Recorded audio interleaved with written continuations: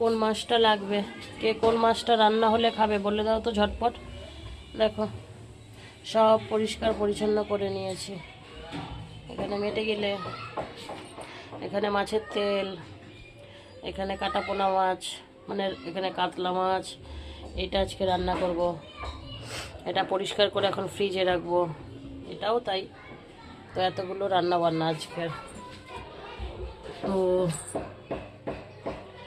আজকের ওয়েদারটাও ভীষণ ভালো, কিন্তু আমার শরীর ভালো না। ওয়েদার ভালো হলে কী হবে, আমার শরীরটাও তো ভালো হওয়া দরকার। দেখো আমার জানলার কাছে একদম রোদ, এই যে বুঝতে পারছো কি না জানি না, রোদের জন্য হয়তো ভালো মতন বোঝা যাচ্ছে না।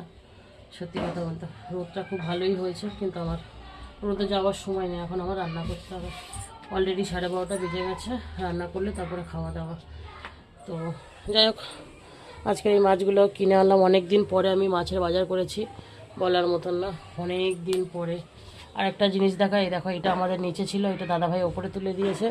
এখানে একটা বাসন রাখার তক্তা করে দিয়েছে, এই জায়গাটা ফাঁকা করে দিয়েছে, যাতে আমার ভিডিও বানানোর জন্য সুবিধা হয়। কেমন লাগছে বলো তোমরা।